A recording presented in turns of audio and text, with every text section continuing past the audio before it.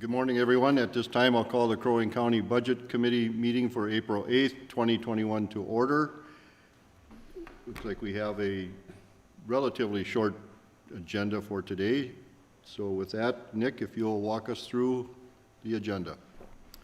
Good morning, Commissioners. Today we're going to kind of do a quick overview of the American Recovery or Rescue Plan Act, or what's being referred to as the ARP Act. We're going to discuss a little bit about the state billing for unemployment issues that are going on there, a little bit of an update on the 2022 budget and strategy discussion.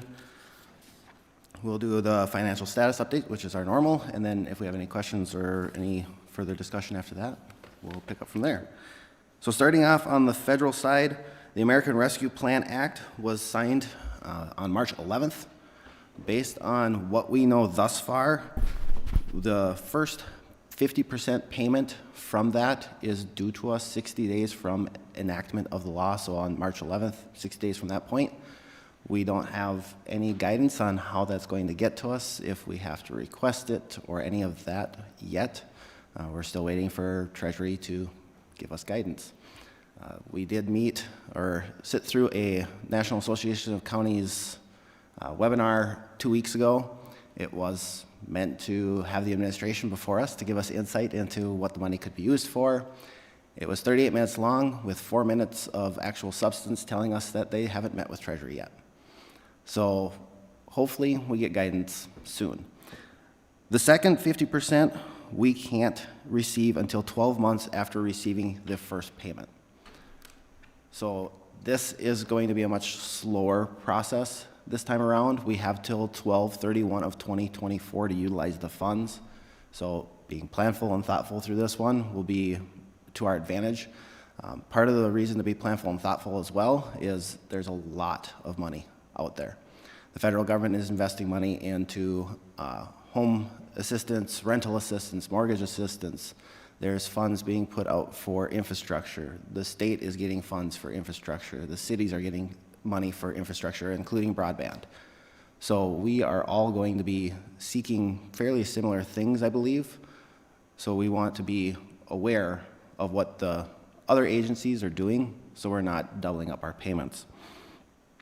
National Association of Counties estimates that Crow Wing County will get $12.6 million from this act. I know, Tim, if you want to comment a little bit on that too. We do have more time with this one, which is kind of nice, actually. And so I just wanted to maybe pick your guys' brains a little bit about what are the priorities that you see in the community that you think you would like us to investigate the use of those funds towards. I know yesterday I was on a teleconference with the Senator Klobuchar, but also 3 other counties, and every one of the counties expressed concern about broadband.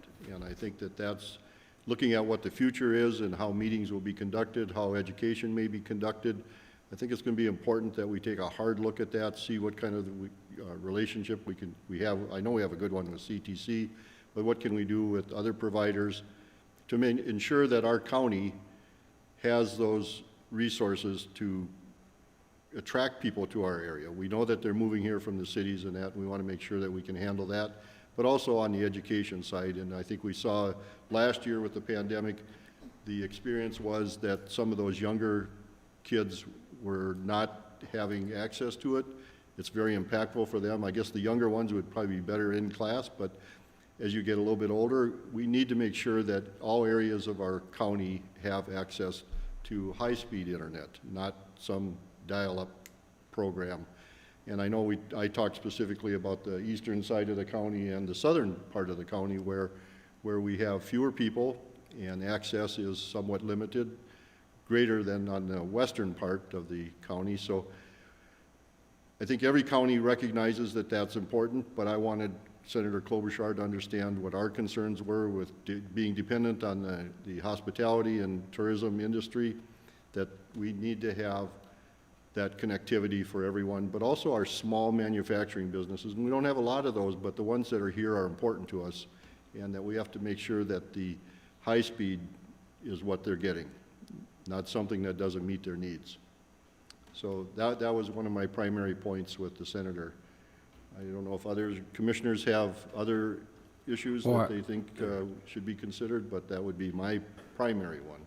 I mean, I think we have to kind of keep looking for the need and the pain. I know I talked to Bladak, and in my conversation with them, childcare is coming up as a topic that they're kind of looking at and seeing. I've talked to some other people in regards to water and how important our water is to our economy in Crow Wing County, and what we're going to have to focus on that. And so I think that a challenge will be, and we did very well with the CARES Act monies, and working with the other agencies and community, cities in town, and I think helping be the coordinator of that, and especially when it comes to broadband, because so many people are going to want to throw money at that. How do we manage that? And how can we take the lead in doing it? And a question, I know it'll be coming down here a little bit, but what's the total coming to the county in regards to what the cities are going to get? Do we have any clue? We're going to get 12.6 million. I did have a run, I do have a run for cities and towns within Crow Wing County. I did share that with you one time, I think.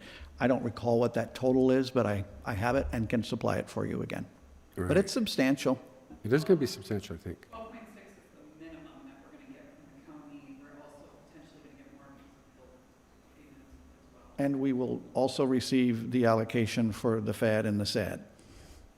So it's more than 12.6 we're going to receive, but there is a substantial sum of money that is also going out to our cities and towns. Yeah. The city portion won't come through us. That's going to be state, from the state down to the cities, from the way the act reads. Okay. We're the only ones besides the state that will get direct payments from the Fed. Okay. I know even internally though with broadband, we're going to have to be concerned about, how we provide services and some of our, I think of community services and some of the services they provide will be done differently in the future than what they currently are. But so internally we have some issues that we need to address also. So I want to make sure that we keep that on the front burner. The senator did mention that this one allows for lost revenue recuperation, so we want to keep that one in the back of our minds also. And that pertains to us, and I would assume that that might pertain to some of the businesses that we have in our county, so. Any other ideas? I've had a little talk with both HRA too in regards to evictions and I think with our banking in regards to foreclosures. What will happen or could be on the horizon out there.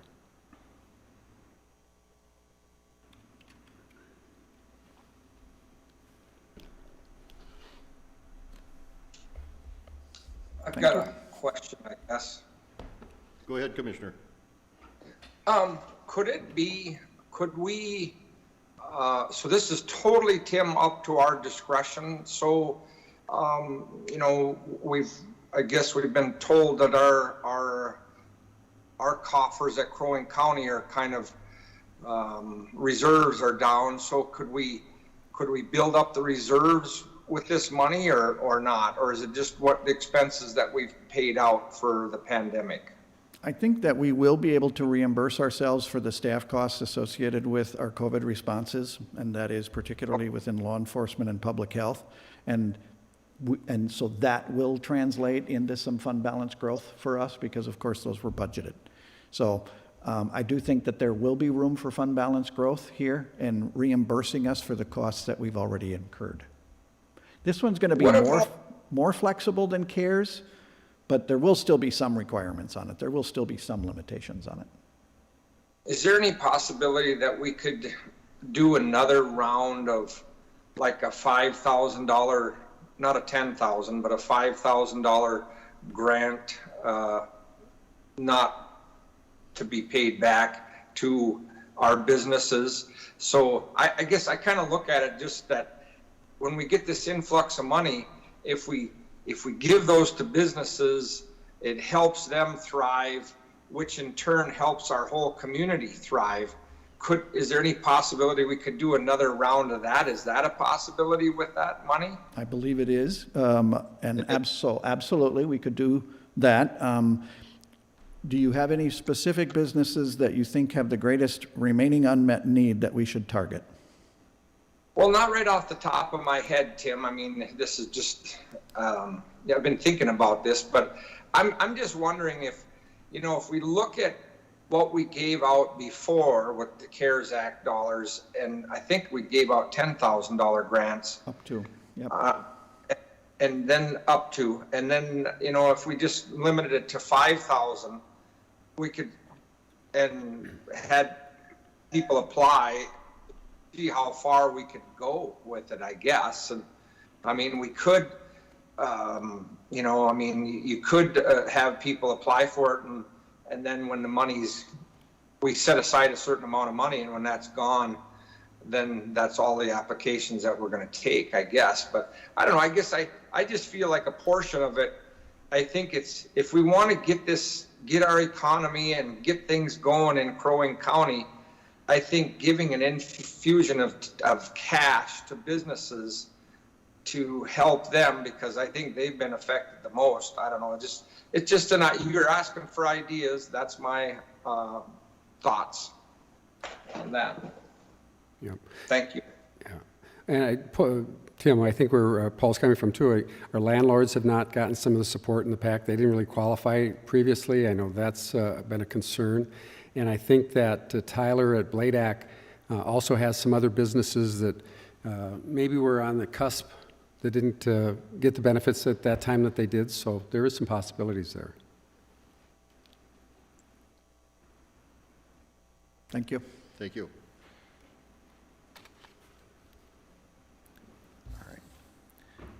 We did reach out to Brainerd and Baxter as well to see what their thoughts are on where they're going. They don't have any ideas what they're doing just yet. Baxter's the only one that actually replied to me so far. They expect just under $1 million is what they're expecting. What was the number? Just under $1 million. Mr. Chair, that brings up another point. I guess this is for either Nick or Tim. So being that, well, then I know the answer to this. So if the first assessment and the second assessment district are getting money, I'm assuming all my townships, St. Matthias, Long Lake, they're all getting money.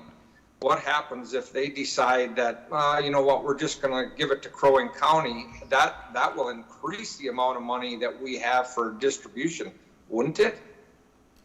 Yes, it would. Yeah. It's unclear in the act whether townships are going to get funding or not. We're waiting for Treasury to know for sure. The only one that it calls out is tribal governments, counties, states, and cities. So I'm not sure if townships... The only thing is, Nick, I thought you just said the first and second assessment district are going to get money. It's a township. Something that said that townships were getting money?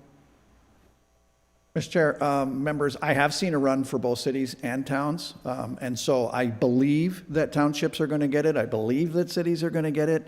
I can't swear to it yet, and in the absence of the specific Treasury guidance, that's the little bit of a hedge that I'm giving you on it, but I do believe that St. Matthias and I believe all townships are going to see something, and probably more substantial than they think. Mm-hmm. There's a downfall of the acts being put together with very little information in them, just money, here you go, and it's a toss-up of who's getting it and when. Moving into the next one, it actually pans out kind of funny that it goes from federal to state and then down to us. The state, since last year, has not invoiced us for unemployment. We wanted to make you aware that there's about a $70,000 estimated liability out there due to the influx of unemployment claims for COVID-related layoffs and everything else. They also had some system challenges and then a number of fraud cases, which we've actually seen a couple of our employees that are currently employed with us having unemployment claims filed against them. So the state has been struggling with managing that and trying to get the invoicing correct. We still have quarter 2, 3, 4, and now quarter 1 of this year outstanding, waiting for the state to bill us. The reason we want to bring it to your attention is when you look at the budget as we go throughout this year, their unemployment line is going to look out of whack. It's not going to be within their boundaries because we didn't get invoicing from last year. So it's just an anomaly moving it from last year to this year. It's something we've allocated for and planned for. We're just waiting for the state. We've tried to put pressure on and ask when it's coming, and quarter 2, they told us, oh, we'll have it figured out by quarter 3. Quarter 3, they told us by quarter 4. Quarter 4, they said by beginning of the year, and here we are at quarter 1, and we want to make sure you are aware that that's sitting out there for us. Thoughts? Well, I'm assuming that in our budget for last year, that we had a placeholder in there that we anticipated. Yep. So I would assume that our levy and other funds are there to cover that. Yes. So I understand that what's skewing the picture is it isn't going to show up until this year, but the dollars are there. Correct. Not an unplanned financial obligation. It Yep. just won't show correctly on the report. Okay. Just When want we to get be to clear on that. Yeah, when we're doing the financial status updates, it's going to stick out like a sore thumb that they're way over budget in that area for this Okay. year. We just want to make you aware. Thank you. I didn't hear what Deb said. She's coming to the mic. I'm sorry, Commissioner Coring. I said it's not an unplanned financial burden. We do have the funds available in our budgets. It was budgeted. It's just going to skew the financial reporting and look off on the budget reports. That's it. Okay, thank you.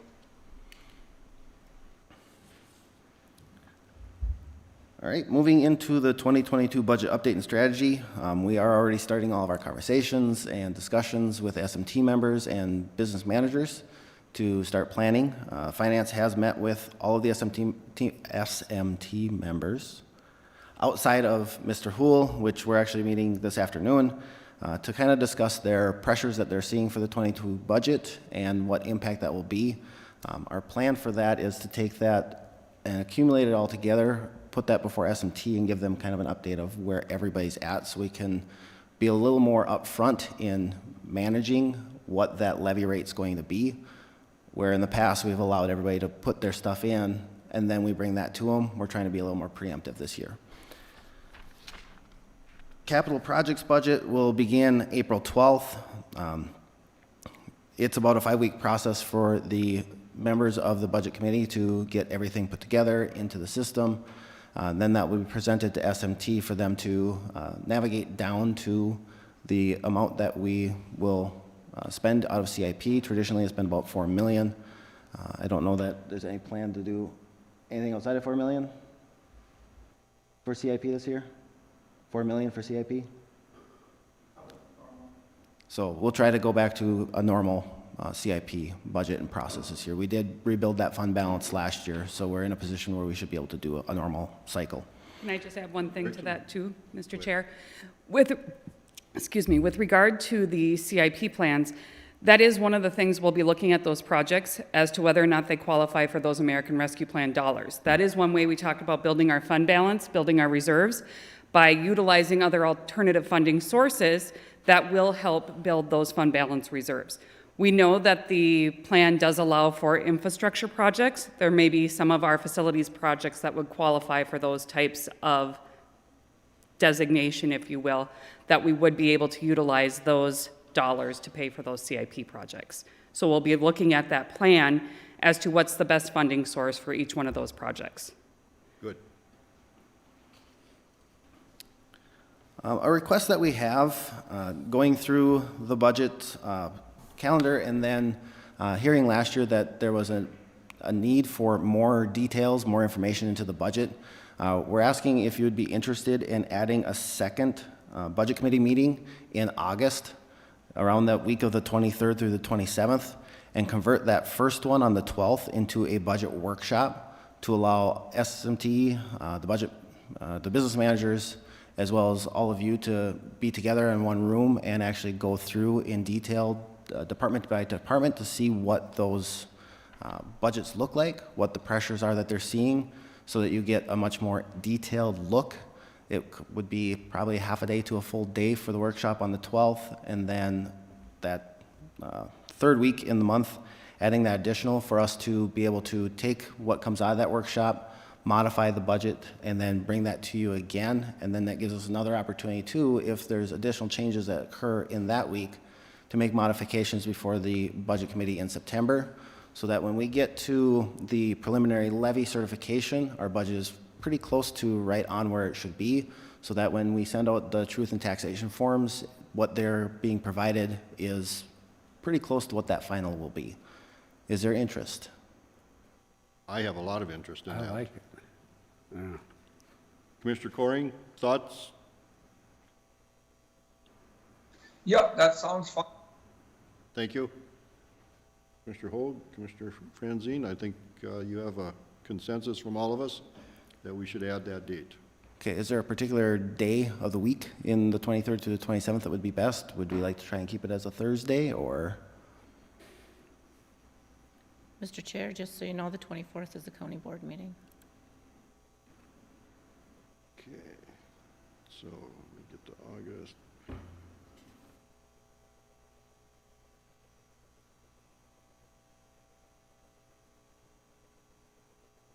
So our regular budget meeting would be August 12th, or that workshop.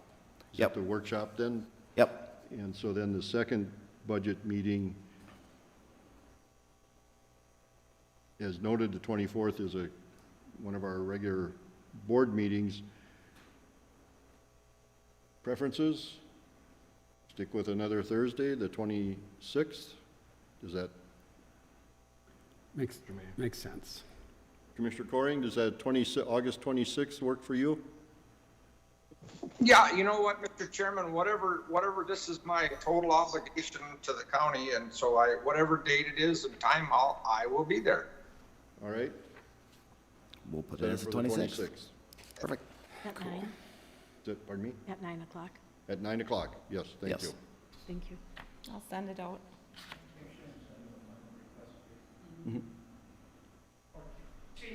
I just said that, but that's okay.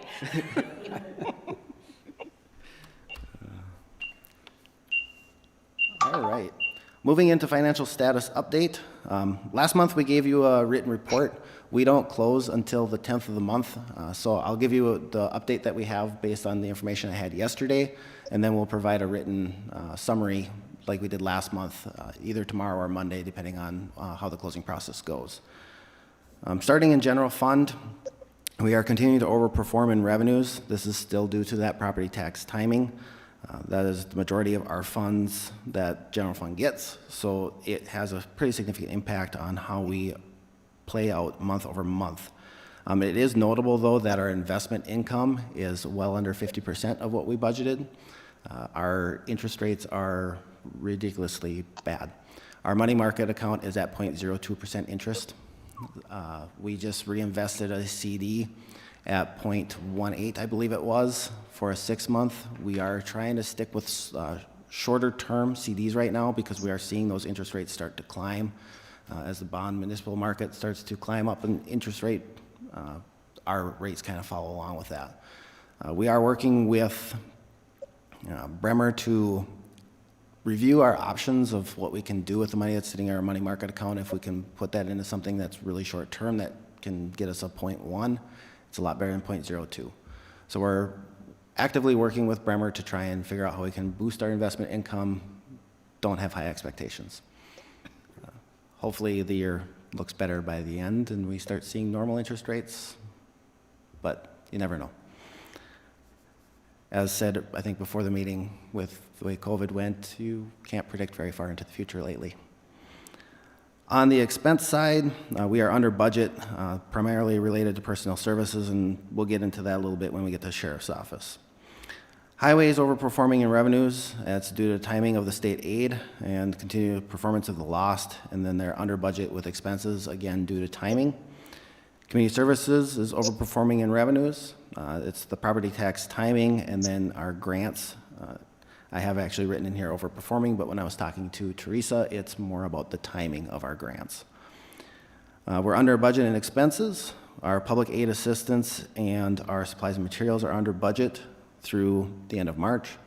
Capital projects revenues are right on, and we are well under budget in the expenses, but like we discussed last month, that's due to the expenses being spread evenly over 12 months rather than trying to plan out when the projects are going to actually occur. So that gives it a little bit of a false look.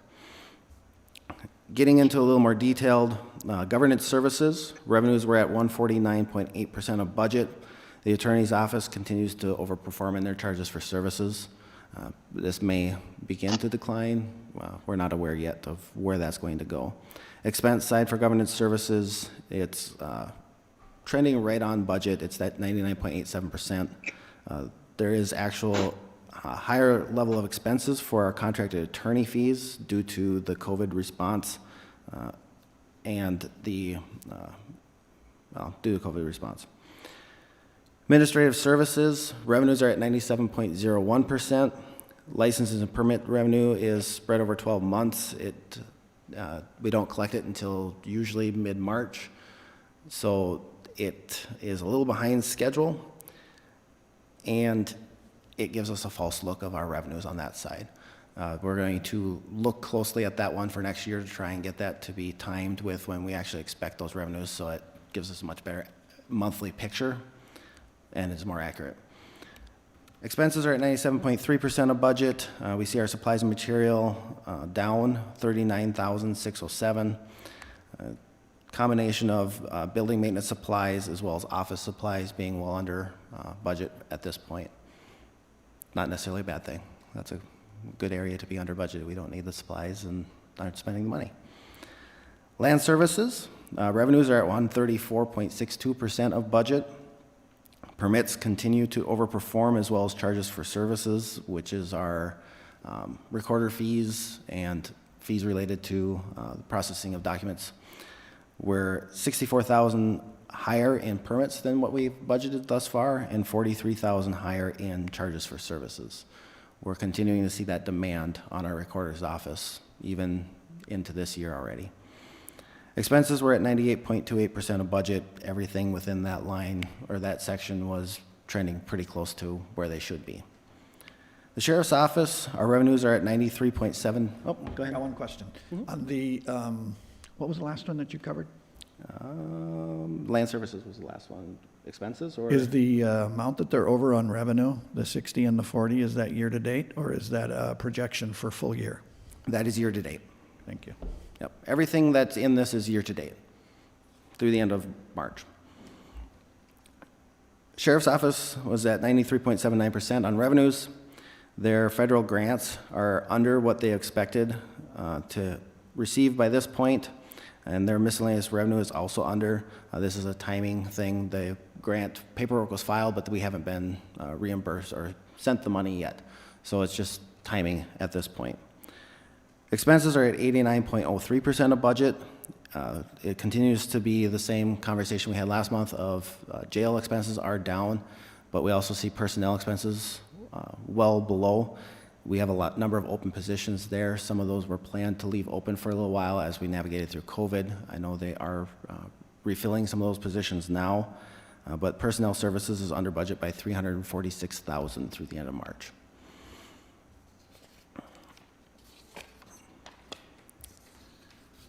Highway services revenues were at 183.74%. This is timing for state aid. We got a number of our state aid revenues for the construction projects for this year in, and obviously the expenses haven't gone out yet, so it's a matter of the timing of when they put the monthly budget together, when they thought those funds would come in. We also see this on the expense side. They're at 75.47% of budget.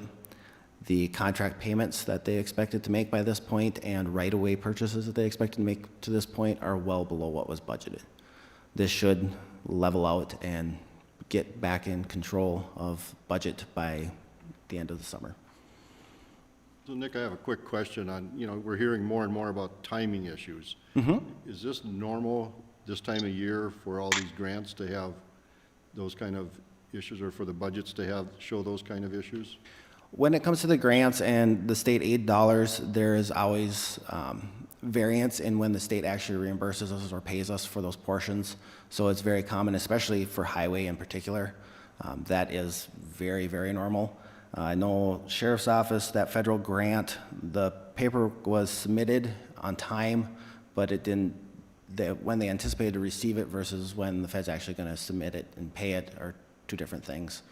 So it is fairly normal for us to have some timing with Year over revenues year, in we're particular. seeing the same impact. Yes, especially when you talk highway. We see that every year.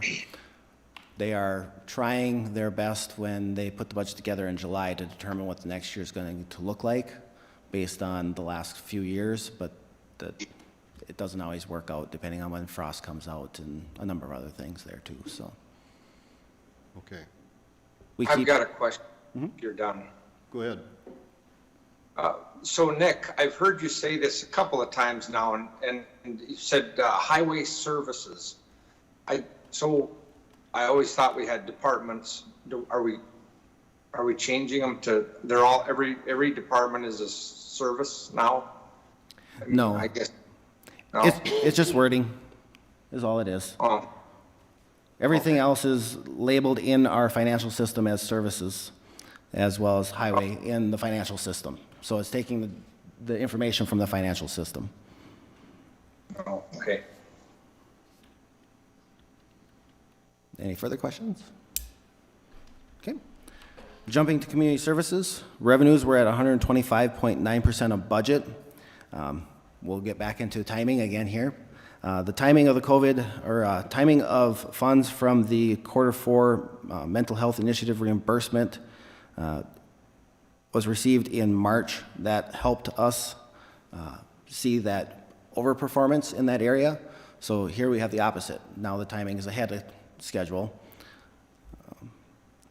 And the full award is split quarterly, so we saw a larger Q4 payment than we anticipated as well. In our federal grants, there's timing in this as well with our out-of-home placement Q4 reimbursements coming in a little bit faster than we anticipated, and our monthly revenue coming in higher than budgeted for our TCM program. On the expense side for community services, we are at 91.28%. This continues to be the out-of-home placement and state-operated services, operated services, continuing to be lower than expected through this point in time. If you'd like further details on that, we do have community services with us to talk about out-of-home placement or state-operated services if you're interested. I think, Kara, is that coming up on one of our board meetings also? Yep, we're scheduled to bring you a quarterly update on both state-operated and out-of-home placement. At the next board meeting? I will have to look at the schedule. The out-of-home placement, I believe, is like I still didn't. It is, the Oh, next committee of the whole. Okay. Yeah. So at this, so that'll be on the committee of the whole, which will be, what, a week and a half away? Yep. So commissioners, are you wanting to have Kara go a little more in depth on the out-of-home at this point? Okay, we'll wait with that, Kara, until the committee of the whole meeting. So Very thank you. good. Thank you, Nick. All right. That takes us through all the departments. So the other piece that we have for the financial status update is unrestricted cash flows. We are continuing to see a much better position this year than we've had in the prior year. We were sitting at $14.0 million in unrestricted cash at the end of March versus 6.3 in 2020. So we are at double the amount. We're back into our normal range. This will give us a little more opportunity to start looking at our investment options with our trust, with our money market. We have the money available to start trying to get those investment incomes to come back up. So we may be looking at reinvesting some of those CDs that we took out of investments last year and putting those back into, again, sticking with those shorter terms to try and maximize our interest over the long term. So it's a good position for us to be in. We also believe we're positioned pretty well for our cash on hand in the bank. At the end of, or as of yesterday, we were sitting with about $4 million in cash in the checking account, which is a much better position than we were last year. Last year, we were pushing around that 1.5 to 2 million mark when we got to our bank account low, which occurs right now. We are seeing tax payments start to flow in already. So we are doing daily deposits again and don't anticipate that we're going to get any lower than where we're at today. So That's certainly good news. very good news on both sides.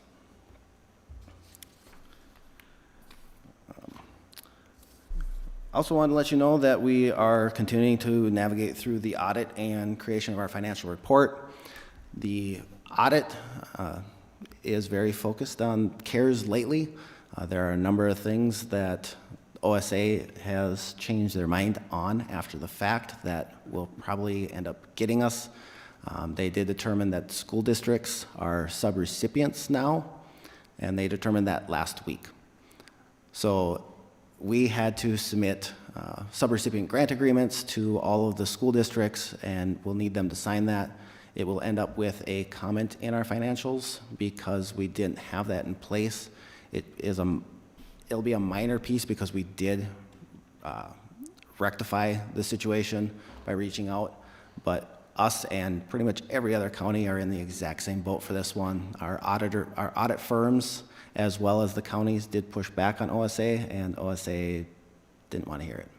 Mr. Chair, if I can just add, when Nick and I talked about this week, one of the things I said, it's like putting somebody in jail for for breaking a law that wasn't a law when they did it.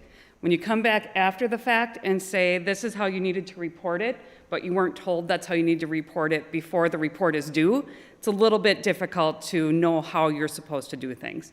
As Nick mentioned, all the counties are going to be in the same boat. All the audit firms who audit counties across the state have expressed the same concerns with the OSA's office. But as we all know, the state gets to set the rules, and therefore we just have to suck it up this time. We will have a comment to refute the comment along those same lines, basically saying that we don't feel that the comment is justified. Well, I'm glad to hear we're going to refute that, because to me, it feels like a gotcha moment. Exactly. Is how they're proceeding, and that is frustrating. So thank you very much. Right now, I don't think our auditors truly like me all that much because I've been pushing back a lot on a lot of items related to CARES. Well, I think we can be respectful, but I think we need to be strong in our opinion of in the pushback process, so. Absolutely. With that, that is everything that I have for today. Is there any additional comments or items you'd like to discuss? Commissioner Coring, anything additional? No, Mr. Chairman, I don't think I have anything, so I appreciate it. Thanks. Anyone on the, sitting at the, nope. With that, I will call our meeting adjourned. Thank you very much, everyone, for attending.